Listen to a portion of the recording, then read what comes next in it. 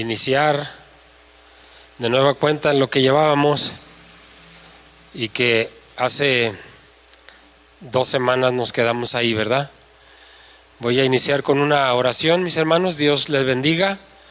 Padre mío y Señor Santísimo, le doy gracias de nueva cuenta, Señor, por estar aquí reunidos, dándole gracias por el don de la vida, Señor. Gracias, Padre bendito, porque nos permite congregarnos, Señor, y disfrutar del gozo de su palabra. Mi Señor y Dios Santísimo, le pido que extienda su mano, Señor, y que cubra, Padre mío, todo su pueblo, Señor. Vienen grandes cosas, Señor. Nos está permitiendo descubrirlas, mi Dios, gracias a estos hombres tan esforzados.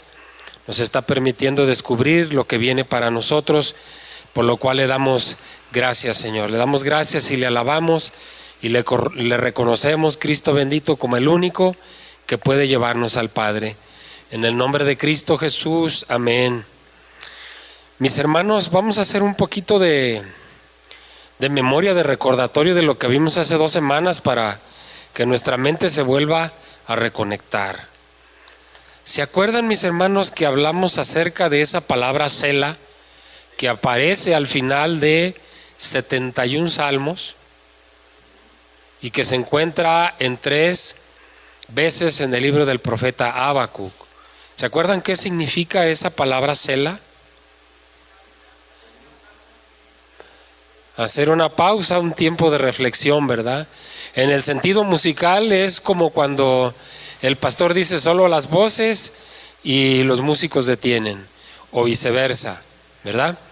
Y en el sentido litúrgico es una pausa que nos permite reflexionar sobre lo que acabamos de escuchar.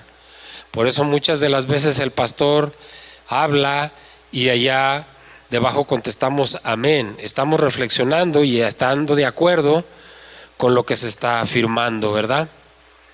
También vimos algo bien importante. Preguntamos acerca de si es posible armonizar el reino del milenio de Cristo con el reino eterno de Cristo, porque vimos una serie de versículos en donde nos habla acerca desde el Antiguo Testamento. Por ejemplo, vimos en el segundo libro de Samuel 7:16, dice: y será afirmada tu casa y tu reino para siempre delante de tu rostro, y tu trono será estable eternamente.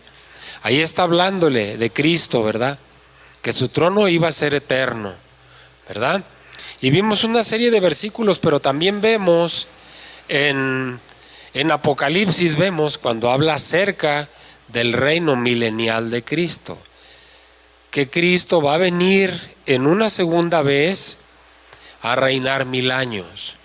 Y vimos, por ejemplo, en Hechos 1:11, donde habla acerca, dice: varones galileos, ¿qué están ustedes viendo? Este mismo Jesús, que así está ascendiendo al cielo, así va a volver. ¿Cómo lo vieron irse? ¿Lo vieron irse en forma de ángel o en cuerpo? En su cuerpo, en su cuerpo. Entonces quiere decir que así va a volver a regresar. Dijimos pues que tanto en el Antiguo Testamento como en el Nuevo no existe, no hay un solo versículo que se contraponga.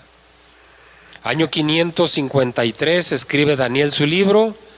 Año 30 y tantos se escribe el libro de los Hechos.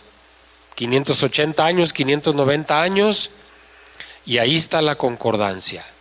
¿Qué dijo Daniel en lo que acabábamos de ver? Que había visto algo como un hijo de hombre. ¿Y qué significa el hijo del hombre? ¿De quién habla? De Jesús. Entonces, si Daniel dice que vio a alguien como hijo de hombre, quiere decir que vio a un ser material. No vio un ser angelical, vio un ser material. Y hablamos también acerca de esos 3 dioses en uno, el Padre, el Hijo y el Espíritu Santo, y vimos acerca de que son igualmente poderosos, igualmente santos, igualmente eternos, sí, son coeternos, pero dijimos que tienen roles diferentes. ¿Se acuerdan cuáles son esos roles? ¿Qué es el Padre? El Padre es el creador de todo. El Hijo es el salvador de todos. El Hijo es nuestro abogado. Y el Espíritu Santo es el santificador. El creador, el salvador y el santificador. Ahí están los tres roles de las tres personas de la Trinidad. ¿Qué dice la Escritura? Que tenemos ahora algo que nos redarguye de pecado. ¿Quién es el que nos redarguye de pecado? El Espíritu Santo. Ahí está. El que nos hace santos, el que nos lleva a la santidad, porque también dice el profeta que sin santidad nadie verá al Señor, ¿verdad? Entonces ahí están los tres roles. Y solamente voy en este repaso a terminar. Vamos ahí primero a los Corintios, capítulo 15, versículos 24 al 28. Fue prácticamente lo último que vimos. Solamente para que podamos armonizar, dijimos que si es posible armonizar el reino milenial con el reino eterno. Porque los amilenaristas sin milenio dicen que no es congruente decir que Jesús va a reinar 1000 años. Entonces, como desde el Antiguo Testamento nos dice lo que acabamos de leer, cómo nos dice que el reino de Cristo es eterno. ¿Se acuerdan ustedes cuál fue la explicación que se dio a este respecto? ¿Cómo se puede armonizar un reino milenial con un reino eterno? ¿Lo recuerdan? Bien, el reino del milenio, Jesús va a venir. La Escritura es muy clara, nos habla acerca de que Satanás va a ser atado, encadenado, ¿por cuánto tiempo? 1000 años. ¿Y qué va a pasar en esos 1000 años? ¿Quién va a reinar? Jesús viene a reinar. ¿Cómo podemos decir que hay un reino milenial y un reino eterno? Simplemente al terminar los 1000 años que va a venir a reinar Jesús, aquí en este pasaje que vamos a ver lo vamos a reafirmar. Cuando sucedan esos 1000 años, Jesús le va a entregar el reino al Padre. Y en ese momento va a comenzar el reino eterno de Jesucristo. Vamos ahí. Primero a los Corintios capítulo 15, versículos 24 al 28.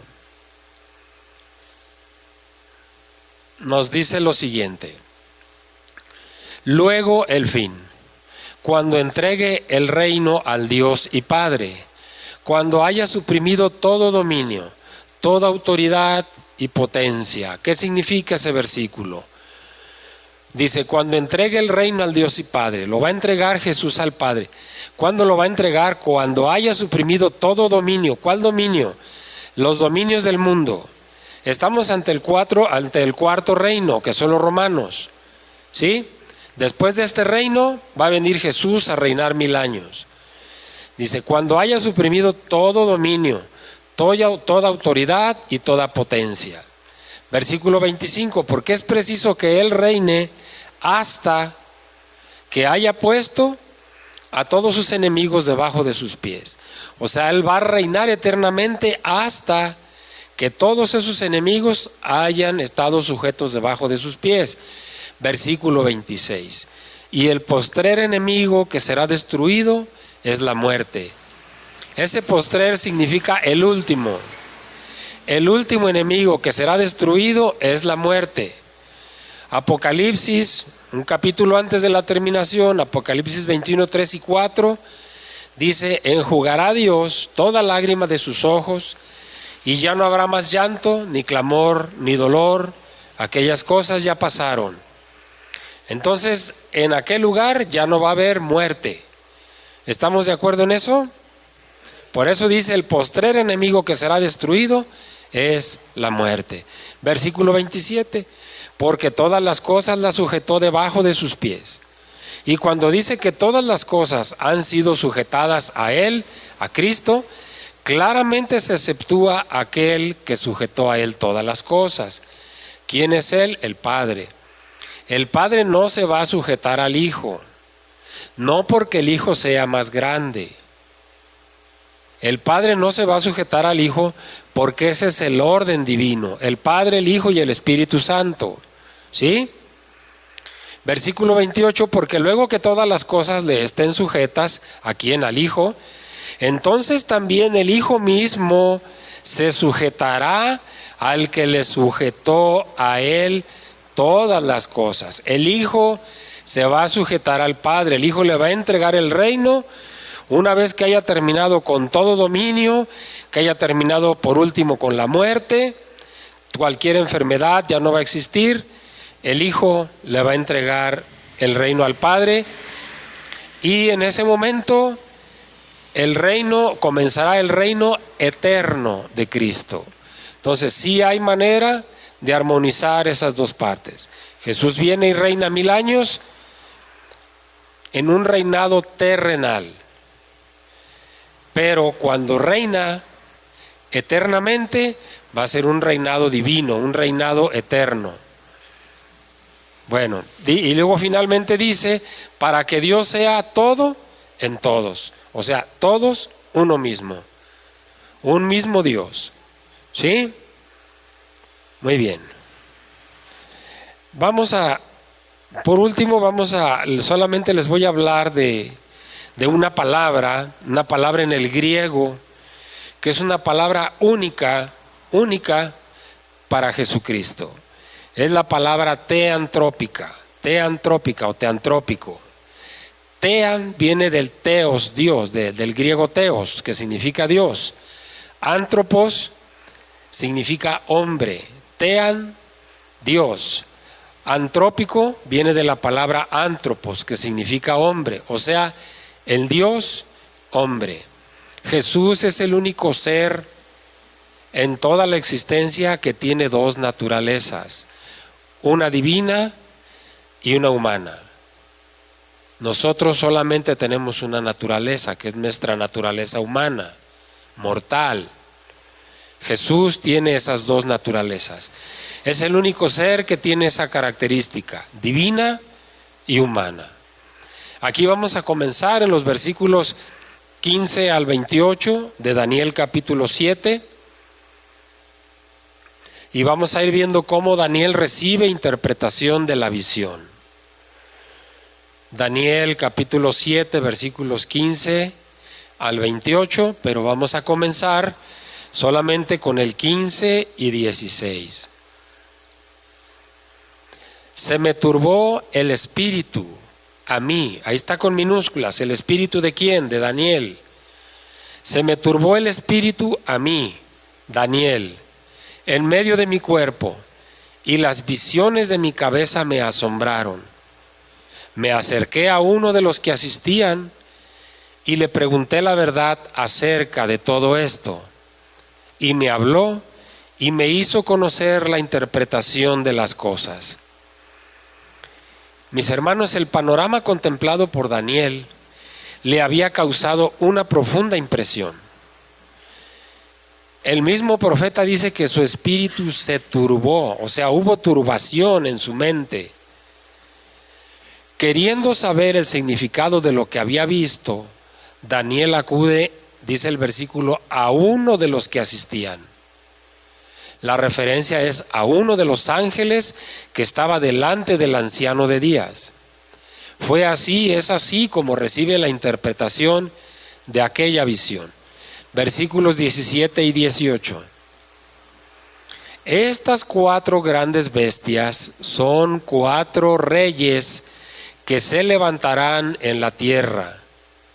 Después recibirán el reino de los santos del Altísimo y poseerán el reino hasta el siglo, eternamente y para siempre. Aquí estamos viendo 4 grandes bestias, son 4 reyes, 4 grandes imperios: Babilonia, Medo-Persia, Grecia y Roma, en ese orden.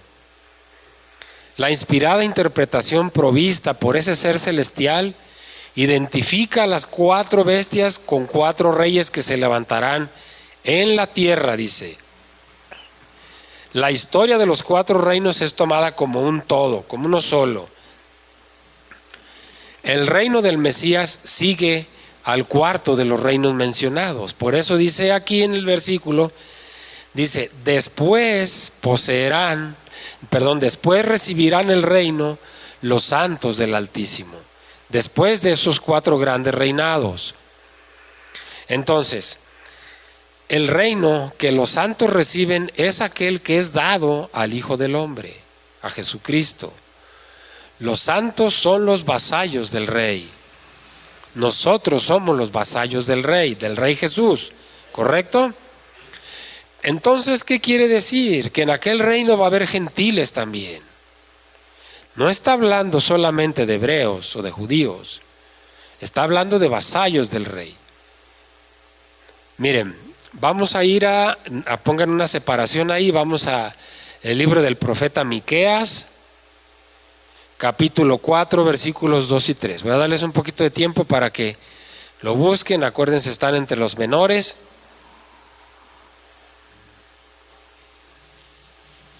Miqueas capítulo 4, versículos 2 y 3.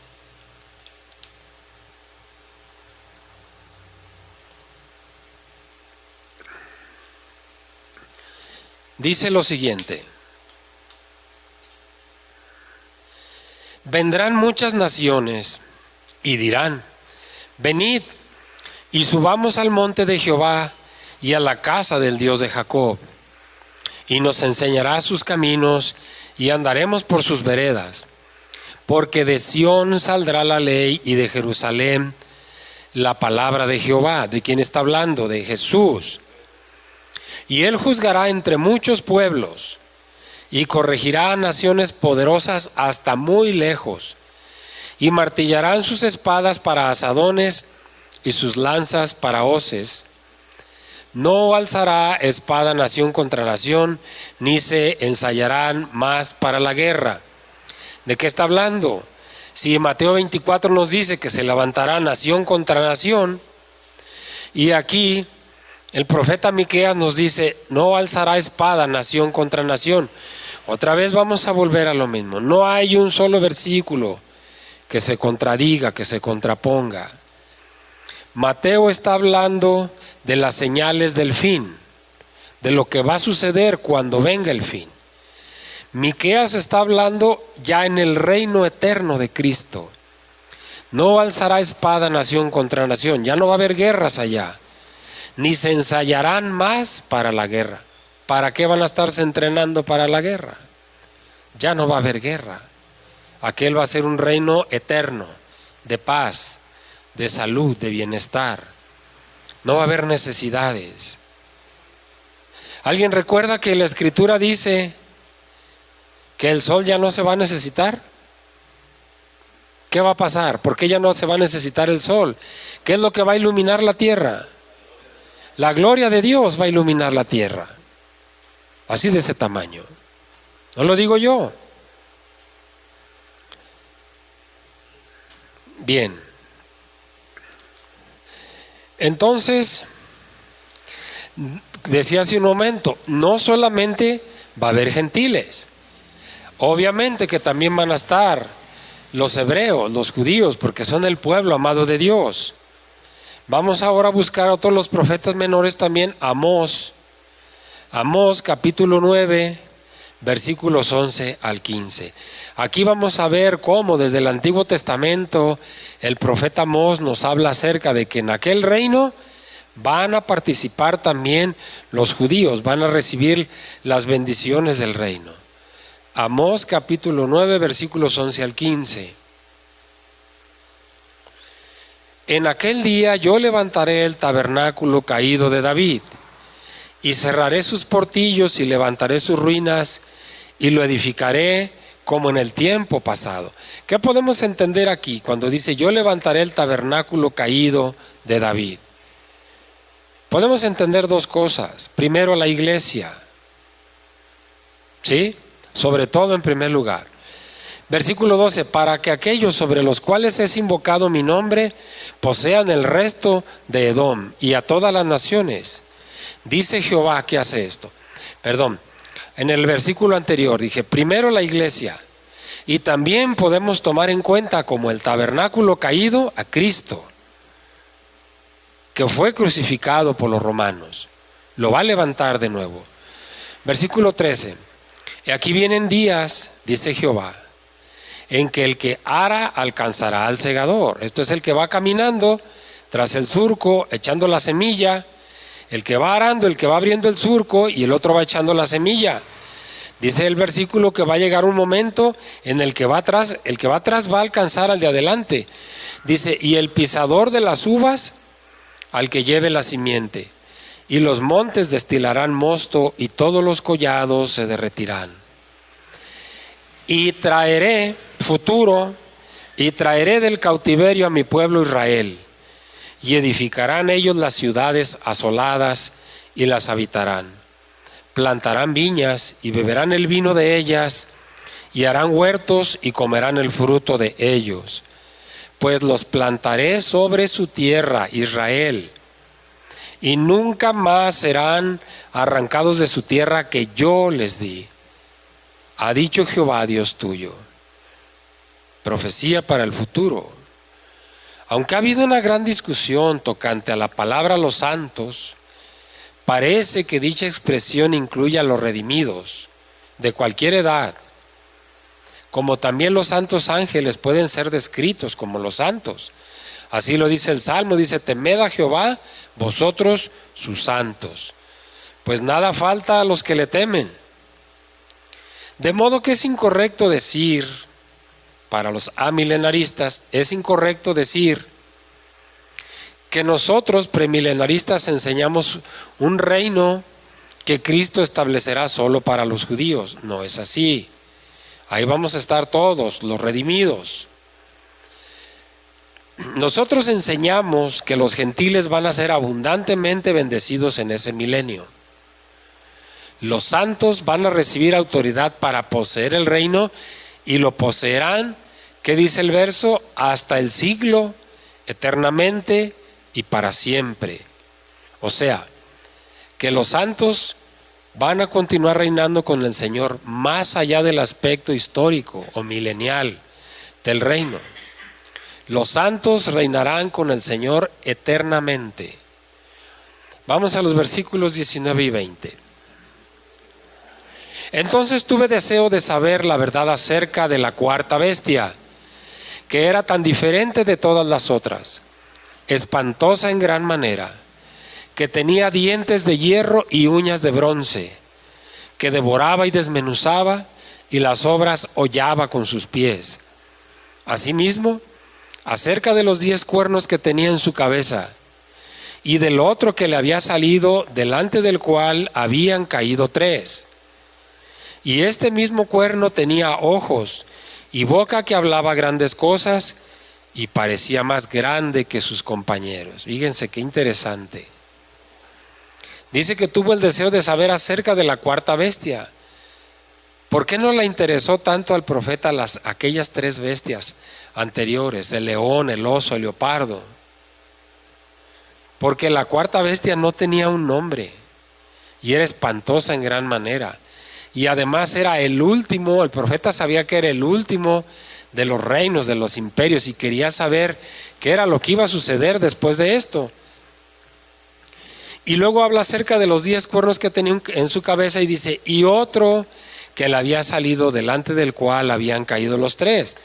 ¿Cuál es ese cuerno pequeño que hablamos hace 2 semanas? ¿Quién? El anticristo, delante del cual habían caído 3. Y luego dice, y este mismo cuerno tenía ojos y boca que hablaba grandes cosas. Entonces, ese cuerno, si tenía ojos y tenía boca, ¿qué era? Un hombre. Los animales tienen boca u hocico, pero no hablan. ¿Sí? Tienen ojos. Pero si está diciendo que ese cuerno tenía ojos y hablaba grandes cosas, era un hombre, algo en forma humana. El carácter distinto de la cuarta bestia, hermanos, provocó en Daniel el deseo de saber en realidad acerca del significado de esa bestia. De igual modo, el profeta estaba muy intrigado tocante al significado de los 10 cuernos, y en particular del cuerno pequeño. Y fíjense cómo este cuerno pequeño es descrito como más grande que sus compañeros. ¿Se fijan la paradoja, otra figura literaria? Un cuerno pequeño que era más grande que los demás. La expresión más grande no necesariamente la debemos tomar de manera literal, porque si decimos más grande, lo vemos en tamaño. Esta expresión nos quiere decir o nos da la idea de que era más fuerte, más poderoso que los demás. Y prueba de ello es que ya había desarraigado a 3 cuernos. Debe notarse nuevamente que el cuerno pequeño no surge en una etapa o tiempo en que los 10 cuernos ya no existen. No, ahí están. Por el contrario, surge cuando aún están de pie. De modo que al menos por algún tiempo los 10 cuernos grandes y el pequeño van a operar simultáneamente. Sin embargo, en un momento específico de tiempo, el cuerno pequeño derriba o desarraiga a 3 de los 10 y evidentemente se hace más poderoso porque absorbe sus dominios. ¿Qué dijimos que va a suceder muy probablemente? Antes, cuando venga el milenio y cuando venga esa gran batalla en la que va a luchar Jesús y sus ángeles contra este cuarto imperio, ¿y quiénes se van a unir a ese cuarto imperio? 10 grandes reyes, 10 países, 10 naciones. Por eso es que va a ser algo tremendo. La idea de la existencia de 3 etapas en la historia de la bestia no parece ser del todo correcta. Versículos 21 y 22. Y veía yo que este cuerno hacía guerra contra los santos y los vencía, hasta que vino el anciano de días y se le dio el juicio a los santos del Altísimo. Y llegó el tiempo y los santos recibieron el reino. Nada está fuera del control de Dios Padre, nada. Veía yo que este cuerno hacía guerra contra los santos y los vencía. Se le dio poder y autoridad hasta que vino Jehová, hasta que vino el anciano de días. Un nuevo detalle de la visión es añadido ahora. Dice el profeta, y veía yo que este cuerno hacía guerra contra los santos. El cuerno pequeño, el anticristo, es visto en acción tal como aparece en Apocalipsis 13, haciendo guerra o persiguiendo a los santos. Esta persecución de los santos sin duda alguna es el tema del capítulo 13 de Apocalipsis, donde dice, y se le permitió hacer guerra contra los santos y vencerlos. Esa persecución es, sin lugar a dudas, futura, ya que el cuerno pequeño, el anticristo, hará su aparición en el escenario de la historia en los últimos tiempos y será destruido por la venida personal, visible y gloriosa de Cristo Jesús. El cuerno pequeño es llamado también la bestia en ese capítulo 13 de Apocalipsis. Ahorita vamos a leer unos versos. Bueno, el cuerno pequeño y el anticristo son la misma persona, quien va a ordenar una persecución de los santos sin precedentes en la historia. Miren, vamos a verlo. Apocalipsis capítulo 13, versículos 1 al 10. No sé si son 4 o 5 clases, semanas, mis hermanos, que hemos estado solamente en el capítulo 7. Apocalipsis capítulo 13, versículos 1 al 10. Me paré sobre la arena del mar y vi subir del mar una bestia que tenía 7 cabezas y 10 cuernos, y en sus cuernos 10 diademas, y sobre sus cabezas un nombre blasfemo. Y la bestia que vi era semejante a un leopardo, y sus pies como de oso, y su boca como boca de león. Y el dragón le dio su poder y su trono y grande autoridad. A ver, vimos que la bestia no tenía una forma, ¿sí? Esa es la interpretación de Daniel. Aquí estamos hablando de Juan, la interpretación de Juan. Dice él que vio que era semejante a un leopardo, sus pies como de oso y su boca como de león. ¿Se fijan cómo esas 3 descripciones corresponden a los 3 reinos anteriores? Como la bestia, la cuarta bestia, absorbe todos esos reinos o imperios que habían pasado detrás.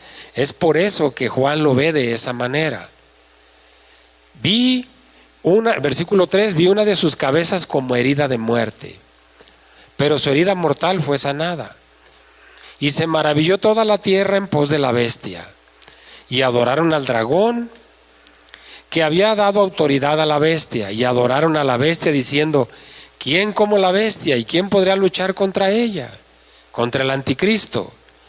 También se le dio boca que hablaba grandes cosas y blasfemias, y se le dio autoridad para actuar 42 meses. ¿Se acuerdan que dijimos que equivalían esos 42 meses? No, 3 años y medio. Y se le dio boca que hablaba grandes cosas y blasfemias, y se le dio autoridad para actuar 42 meses. 42 meses, dijimos 3 años y medio. ¿Cuánto dura la última semana? La semana 70. ¿Cuántos días tiene la semana? 7. ¿Cuál es la mitad de 7? 3 y medio. ¿Cuánto tiempo va a durar la gran tribulación? 3 años y medio. Fíjense la respuesta del versículo 5. Por eso se le dio autoridad a esa bestia para actuar 42 meses. 3 años y medio. ¿Qué es lo que va a durar la gran tribulación? ¿Se fijan la coherencia de la escritura? Versículo 6. Y abrió su boca en blasfemias contra Dios, para blasfemar de su nombre, de su tabernáculo y de los que moran en el cielo. Acuérdense, siempre que la escritura hable del nombre de Dios, del nombre de Cristo, del nombre del Dios Altísimo, no es literalmente el nombre, es todos sus atributos que tiene. ¿Sí? Versículo 7, y se le permitió hacer guerra contra los santos y vencerlos. También se le dio autoridad sobre toda tribu, pueblo, lengua y nación. Y la adoraron todos los moradores de la tierra, cuyos nombres no estaban escritos en el libro de la vida del Cordero, que fue inmolado desde el principio del mundo. Nuestro pastor nos dijo hace unos servicios, 2 servicios creo, que debemos de preocuparnos por estar inscritos ¿dónde? En el libro de la vida. Porque cuando llegue ese juicio dice que van a ser abiertos los libros. ¿Y qué dijimos que hay escrito en esos libros? ¿Las obras de quién? Las obras de cada uno de nosotros. Versículo 8, y lo adoraron todos los moradores de la tierra, cuyos nombres no estaban escritos en el libro de la vida del Cordero, que fue inmolado desde el principio. Si alguno tiene oído, oiga. Si alguno tiene discernimiento, disciérnalo. Y si no lo tiene, búsquelo, para que lo pueda entender. Si alguno lleva en cautividad, va en cautividad. Si alguno mata a espada debe ser muerto. Aquí está la paciencia y la fe de los santos. Uno de esos grandes teólogos, escritores, dice que en los días del cuerno pequeño esa oposición romperá como nunca antes. Va a irrumpir, va a llegar como el pasaje que vimos acerca de que soplaba viento de los 4 lugares, ¿verdad? Cuando el satánicamente y soberbio cuerno pequeño, desafiante en su orgullo y vanidad, va a hacer guerra contra los santos de la iglesia. ¿Sí? Bien, concluye con la venida visible, literal y corporal, judicial. ¿Por qué judicial? Porque va a haber un juicio. Bueno, concluye todo esto en la historia con la venida de nuestro Señor Jesucristo. Solamente les voy a leer Mateo capítulo 24, les voy a leer el versículo 29 y 30. Acuérdense, todo el pasaje, todo el capítulo 24 de Mateo nos habla acerca de las señales del fin. Entonces dice Mateo, e inmediatamente después de la tribulación de aquellos días, observen bien, vamos a leerlo y interpretarlo de una manera más literal como lo estamos entendiendo. E inmediatamente después de la tribulación de aquellos días, después de aquellos 3 años y medio de tribulación, el sol se oscurecerá y la luna no dará su resplandor y las estrellas caerán del cielo y las potencias de los cielos serán conmovidas. Observe, entonces, o sea, después de esto, entonces aparecerá la señal del Hijo del Hombre viniendo sobre las nubes del cielo con poder y gloria. Vamos a entenderlo. 7 años va a durar la semana 70 de Daniel. En esos 7 años, 3 años y medio, va a ser la gran tribulación donde van a suceder cosas que nunca jamás nadie ha visto ni se imagina. El sol se oscurecerá, imagínense ustedes nada más. No es un eclipse, ¿sí? La luna no dará su resplandor, las estrellas del cielo van a caer. Dice, entonces aparecerá la señal del Hijo del Hombre. Después de esos 3 años y medio, viene Jesús a la tierra. Viene con juicio. ¿Sí? Jesús habló de una tribulación escatológica, de una tribulación final. Dice que vendrá sobre el pueblo judío. A la luz de esa evidencia es sorprendente a veces las afirmaciones que algunos teólogos amilenaristas hacen, porque la Escritura nos lo está revelando totalmente. La ira divina vino sobre la nación judía hasta el extremo, como había sido profetizado desde antaño. Miren, vamos a Deuteronomio, capítulo 28. Fíjense, desde los primeros libros de la Escritura ya había sido profetizada la ira divina. Deuteronomio 28, versículos 49 al 57. Jehová traerá contra ti una nación de lejos, del extremo de la tierra, que vuele como águila, nación cuya lengua no entiendas, gente fiera de rostro, que no tendrá respeto al anciano ni perdonará al niño, y comerá el fruto de tu bestia y el fruto de tu tierra, hasta que perezcas. No te dejará grano, ni mosto, ni aceite, ni la cría de tus vacas, ni los rebaños de tus ovejas, hasta destruirte. Esta profecía ya se cumplió en parte. Una guerra respeta a ancianos o niños. Las bombas que caen se llevan todo, animales, seres humanos, chicos y grandes. Versículo 52, pondrá sitio a todas tus ciudades, hasta que caigan tus muros, altos y fortificados en que tú confías, en toda tu tierra.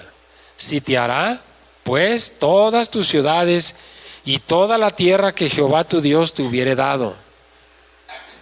Y comerás el fruto de tu vientre. Observen estos versículos que siguen. Y comerás el fruto de tu vientre. ¿Qué es el fruto del vientre? La carne de tus hijos y de tus hijas que Jehová tu Dios te dio en el sitio y en el apuro con que te angustiará tu enemigo.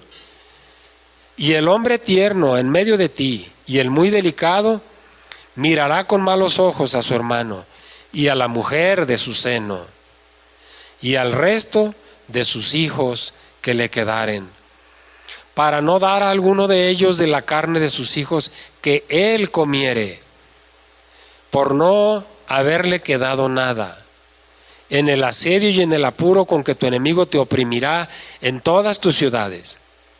Versículo 56, y la tierna y la delicada entre vosotros, que nunca la planta de su pie intentaría sentar sobre la tierra, de pura delicadeza y ternura, mirará con malos ojos al marido de su seno, a su hijo, a su hija, y al recién nacido que sale de entre sus pies, de entre sus piernas, y a sus hijos que diere a luz, pues los comerá ocultamente, por la carencia de todo, en el asedio y en el apuro con que tu enemigo te oprimirá en tus ciudades.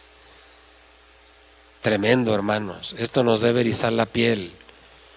¿Qué dice Mateo en 24? Que van a suceder cosas inimaginables, cosas que nunca habían sucedido. Acuérdense, la primera interpretación de la Escritura debe ser literal. Y de manera literal entendemos eso. ¿Se pueden ustedes imaginar la angustia que va a haber en aquel tiempo para que los hombres piensen en comerse a sus hijos, a sus hijas? ¿Se pueden imaginar? Es una cosa terrible. ¿Por qué dice la Escritura?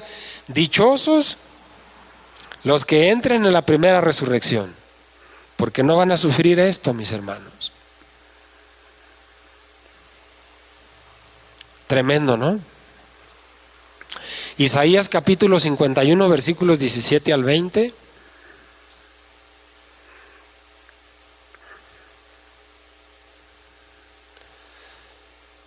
No cabe, ¿no?, en el entendimiento humano, ¿no?, que llegue un momento en el cual un padre se pueda comer al hermano, a la mamá o al hijo, ¿no?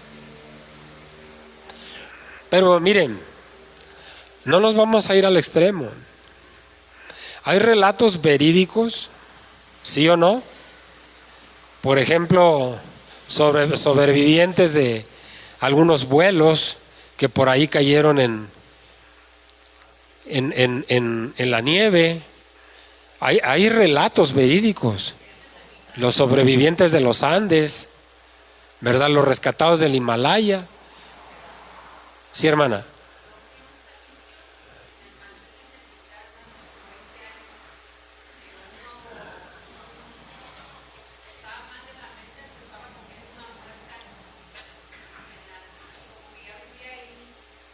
Canibalismo, ¿verdad?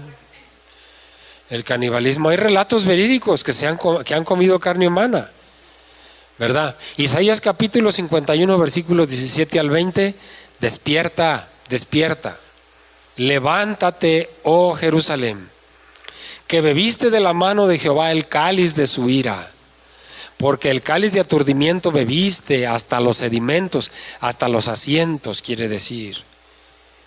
De todos los hijos que dio a luz, no hay quien la guíe, ni quien la tome de la mano, de todos los hijos que crió. Estas dos cosas te han acontecido: asolamiento y quebrantamiento, hambre y espada. ¿Quién se dolerá de ti? ¿Quién te consolará? Tus hijos desmayaron, estuvieron tendidos en las encrucijadas de todos los caminos, como antílope en la red, llenos de la indignación de Jehová, de la ira del Dios tuyo. Dice el escritor de Hebreos que horrenda cosa es caer en manos del Dios vivo. Decir que la tribulación del año 70 de nuestra era fue la única tribulación, dando a entender que esto ya ocurrió en el mencionado año, dicen algunos teólogos que fue el absoluto y cabal cumplimiento de la gran tribulación profetizada por Cristo, pero no es así, ¿sí? No se ajusta a la revelación de la palabra de Dios. Ese capítulo 24 de Mateo es futuro, no es pasado, no está relatando lo que pasó en el año 70 cuando la destrucción del templo de Jerusalén, ¿sí? En Mateo 24:3 la destrucción de Jerusalén aludida coincide con la venida de Cristo y con el fin de la era presente que estamos viviendo.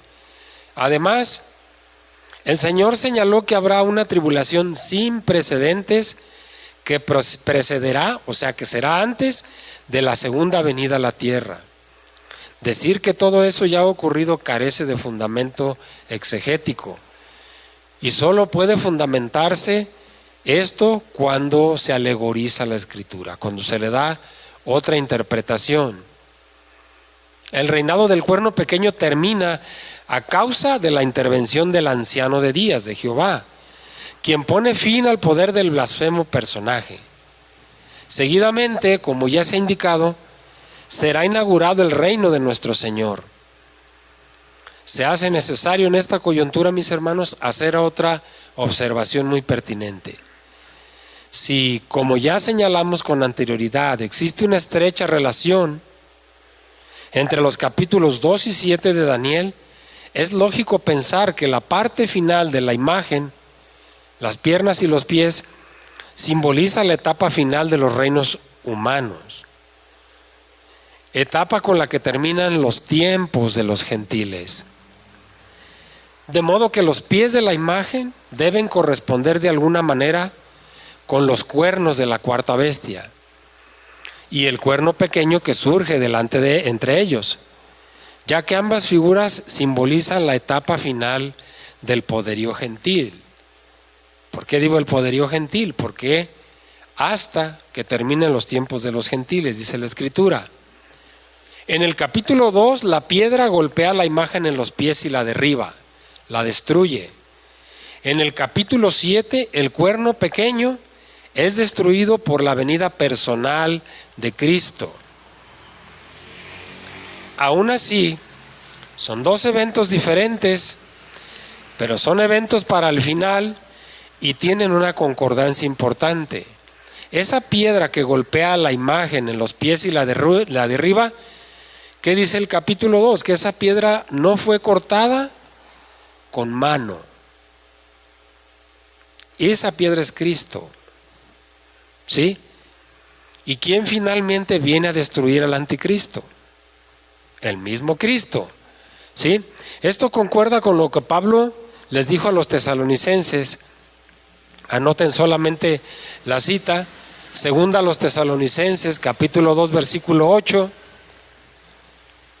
Les dice lo siguiente: y entonces se manifestará aquel inicuo, a quien el Señor matará con el espíritu de su boca y destruirá con el resplandor de su venida. ¿Qué dice la Escritura que va a salir de la boca del Señor? ¿Una espada? ¿Sí? Muy bien. Ahora vamos a ir a Apocalipsis capítulo 19 y vamos a ver los versículos 19 al 21. Apocalipsis capítulo 19, versículos 19 al 21. Que hay una grande revelación. Y vi a la bestia, a los reyes de la tierra y a sus ejércitos reunidos para guerrear contra el que montaba el caballo y contra su ejército. Y vi a la bestia. ¿A quién simboliza? Al anticristo.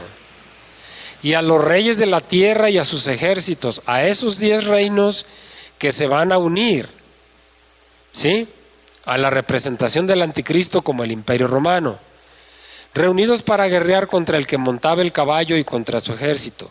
¿Quién montaba ese caballo? Jesús. Y la bestia fue apresada, y con ella el falso profeta, que había hecho delante de ellas las señales con las cuales había engañado a los que recibieron la marca de la bestia. Aquí podemos entender claramente: la bestia fue apresada y con ella el falso profeta, el anticristo. ¿Sí? Dice, y con ella el falso profeta, que había hecho delante de ella las señales con las cuales había engañado a los que recibieron la marca de la bestia y habían adorado su imagen. Estos dos fueron lanzados vivos dentro de un lago de fuego que arde con azufre. ¿Qué lugar es ese? El infierno, el Gena, ¿verdad? Y los demás fueron muertos con la espada que salía de la boca del que montaba el caballo, y todas las aves se saciaron de las carnes de ellos.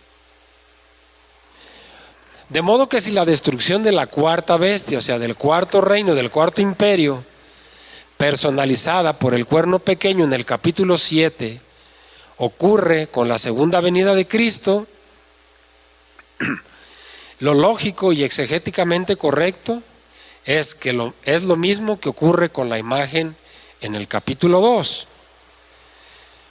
Miren, ya que como también se admite Daniel 2 y 7, los capítulos 2 y 7 son paralelos, ¿por qué decir que lo que destruye la imagen del capítulo 2 es la primera venida de Cristo? Porque eso dicen algunos teólogos amilenaristas. Pero lo que destruye al cuerno pequeño en el capítulo 7 es la segunda venida del Señor. Lo más congruente aquí, exegéticamente hablando, lo más congruente es que tanto la imagen como el cuerno pequeño son destruidos por el mismo acontecimiento. Esto es la segunda venida de Cristo. El reino de Cristo no es presentado como establecido sino hasta después de la bestia final, cuando fue muerta y su cuerpo destruido y fue dada para ser quemada con el fuego, dice el versículo que leímos. Esto está en completa armonía con el capítulo 2. Allí el reino de la piedra no crece gradualmente durante la etapa final de la historia profética de la imagen, sino que el reino de la piedra vive con fuerza, destruyendo violentamente a la imagen. Después de la destrucción de la imagen, después que el mismo polvo ha sido esparcido, dice el capítulo 2 que la piedra se convierte en un gran monte y llena toda la tierra. ¿Quién es esa piedra? Ya hablamos varias veces de eso. Jesús no es otra cosa más que el Cristo de Dios. Decir que la piedra que golpeó la imagen simboliza la primera venida de Cristo es perder la perspectiva de la historia, ya que el Evangelio no ha conquistado al mundo ni Jesucristo destruyó al Imperio Romano. Más bien el Imperio Romano lo crucificó a él, destruyó su carne momentáneamente. Pero además es una autocontradicción, ya que afirmar que los capítulos 2 y 7 son paralelos y después romper el paralelismo, pues carece de sentido. Vamos a ver los versículos 23 y 24. Dijo así: la cuarta bestia será un cuarto reino en la tierra, otra vez, el cual será diferente de todos los otros reinos, y a toda la tierra devorará, trillará y despedazará. Y los 10 cuernos significan que de aquel reino se levantarán 10 reyes, y tras ellos se levantará otro, el cual será diferente de los primeros, y a 3 reyes derribará. No es otra cosa más que lo que hemos estado hablando prácticamente toda la mañana. La cuarta bestia es un cuarto reino, la cual es diferente a todos los demás. Los 10 cuernos significan 10 reyes, y tras ellos se va a levantar otro, el cual va a ser diferente de los primeros, y a 3 reyes derribará. ¿De quién habla? Del anticristo. El ángel, ese ángel que interpreta, le comunica a Daniel que la cuarta bestia será un cuarto reino. Este reino, otra vez lo reafirmamos, ya lo hemos dicho muchas veces, corresponde al Imperio Romano. Pero en estos versículos se indica que este reino será diferente a los anteriores y que toda la tierra devorará, trillará y despedazará. Es decir, que ejercerá un poder y control absolutos en toda la tierra. Que acabamos de leer en Apocalipsis 13:7, que se le dio autoridad sobre toda tribu, pueblo, lengua y nación. Es decir, que Dios, por su voluntad soberana, va a permitir que esa bestia ejerza un dominio que ningún otro gobernante de la tierra ha tenido hasta entonces. El ángel explica que habrá una etapa en la vida de la bestia en que de su cabeza van a brotar 10 cuernos, 10 reyes, y entre los 10 va a surgir un cuerno pequeño que va a derribar a 3 de los 10. Este pasaje, dijimos, guarda una estrecha relación con los capítulos 13 y 17 de Apocalipsis, porque en ella se habla de esos 10 cuernos.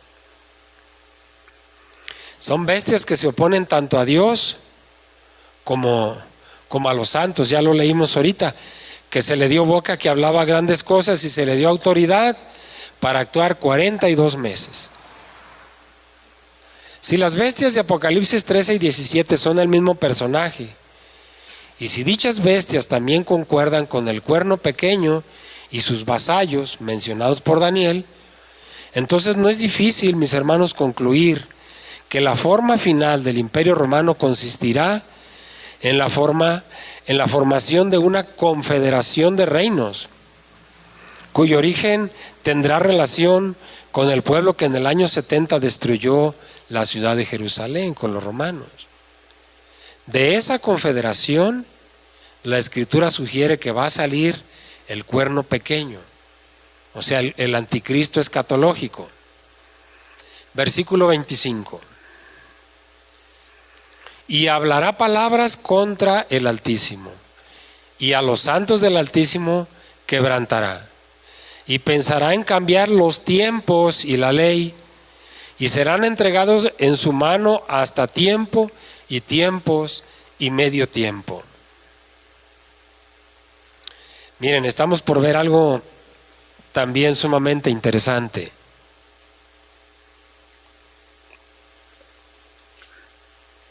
¿Cuántos meses acabamos de leer que se le dio autoridad para actuar? 42 meses, que equivalen a 3 años y medio, ¿correcto? Vamos a ver el versículo 25. Y hablará palabras contra el Altísimo, y a los santos del Altísimo quebrantará. Y pensará en cambiar los tiempos y la ley, y serán entregados en su mano hasta tiempo y tiempos y medio tiempo. Hablando, mis hermanos, en la Escritura, muchos pasajes en el Antiguo Testamento concuerdan aquí. Hasta tiempo, un tiempo es un año, y tiempos, 2 años. ¿Cuánto llevamos ahí? 1 y 2. Y luego dice, y medio tiempo. ¿Cuántos años son? 3 años y medio. Son los mismos 42 meses que hemos estado hablando, expresados de otra manera, pero es el mismo tiempo. Una de las características principales del cuerno pequeño es su arrogancia.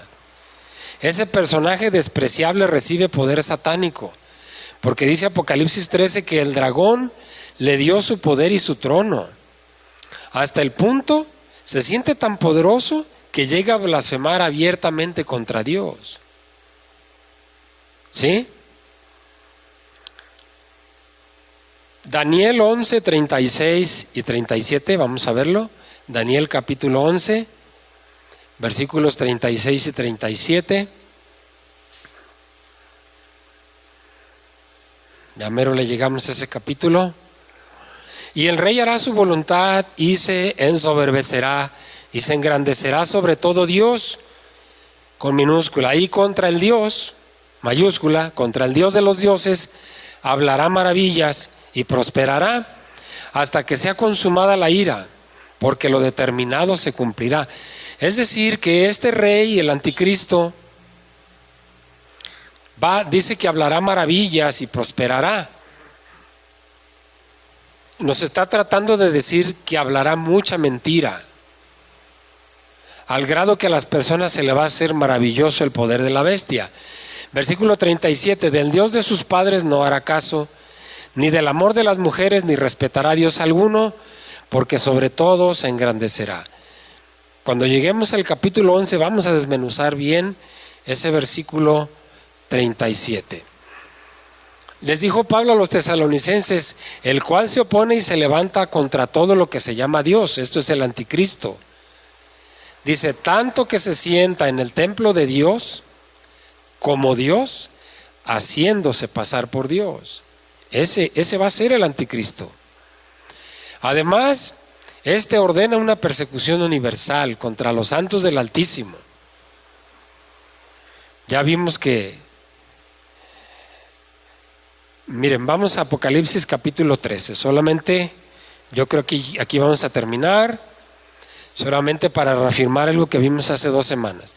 Apocalipsis 13, 7, ya lo leímos, lo vamos a leer otra vez. Y se le permitió hacer guerra contra los santos y vencerlos. También se le dio autoridad sobre toda tribu, pueblo, lengua y nación. Muy importante. Ahora vayan al versículo 17 de Apocalipsis 13. Apocalipsis capítulo 13, versículo 17, allá adelantito. Observen bien. Y que ninguno puede comprar ni vender, sino el que tuviere la marca o el nombre de la bestia o el número de su nombre. ¿Recuerdan que les dije hace 2 semanas? Cuando venga aquella gran tribulación, ¿qué va a pasar? No se va a poder conseguir comida. Los padres se van a comer a los hijos. las madres a los hijos, al esposo, a la madre. Imagínense aquello. No lo estoy inventando, lo acabamos de leer ahorita. Y aquí en el versículo 17 dice, y que ninguno pudiese comprar ni vender, sino el que tuviese la marca o el nombre de la bestia o el número de su nombre. ¿Se acuerdan cómo les dije que iba a ser ese tiempo para comprar o vender algo, para poder adquirir alimentos? En donde las personas van a tener una marca. ¿En qué parte de su cuerpo? ¿En la frente o en el brazo? ¿Y qué marca va a ser esa? La marca de la bestia. Por eso dice, o el número de su nombre. Los que estén aliados en ese gran poder que va a ser el cuerno pequeño, el anticristo, con esos 10 reinos, o sea, en pocas palabras, el imperio romano con 10 reyes más, se les va a poner una marca en su frente, el 666 o en el brazo. Y cuando lleguen a querer adquirir o comprar algo, alimentos o algo, tienen que mostrar la marca, si no, no los van a poder adquirir. ¿Qué les parece ese tamaño de revelación? Lo estamos interpretando como las reglas de la hermenéutica, dicen, de manera literal. Es lo que más hace justicia a la Escritura. ¿Por qué he dicho que la sabiduría compromete? A mayor conocimiento, más juicio de Dios. A mayor conocimiento, más responsabilidad. Mis hermanos, antes no conocíamos esta parte de la que hablamos hoy tan tremenda. Nuestro compromiso es doble y triple. Tenemos que seguir en el camino en el que estamos, no desviarnos, porque si nos desviamos, ¿a dónde vamos a ir?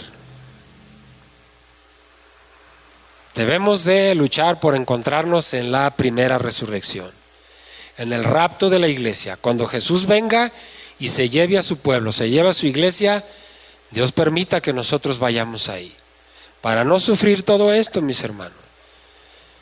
Porque nomás por un segundo pónganse en su mente a pensar que a alguno de nuestros hermanos le toque sufrir esto y otras cosas más. Dios bendiga nuestras vidas. Vamos a terminar este día. No sé si alguien tenga alguna pregunta o nos quiera aportar algo. De antemano les digo que si alguien tiene alguna pregunta y tiene temor de hacerla, no la quiere hacer en este momento, no se quede con la duda, me puede preguntar después. ¿Entendido? Muy bien. Padre Santísimo, gracias otra vez, Señor, de nueva cuenta, por revelarnos estas cosas, Señor. Sabemos como hijos suyos, Señor, que no pretende asustarnos, pero sí a percibirnos, mi Dios, que las bendiciones son muchas, inigualables para la obediencia, pero totalmente contrarias, Señor, para quien se desvía del camino. Dios, queremos amarle, Señor, con un amor limpio y puro, pero sobre todo libre, Señor. No llenos de temor, Señor, acercarnos a usted por miedo a lo que vaya a suceder. Ayúdenos a amarle, Señor, y a respetarle. Ayúdenos, Padre bendito, porque somos hombres y mujeres, Señor, pequeños, pero sé que valemos muchísimo para usted. Gracias, Señor, por extender su mano de poder sobre nosotros esta mañana y derramar, Señor, las virtudes y las bendiciones de su palabra, mi Dios. Pero también, mi Dios, la exhortación. Que no olvidemos eso, Señor, esta mañana, en el nombre santísimo de Cristo Jesús. Amén.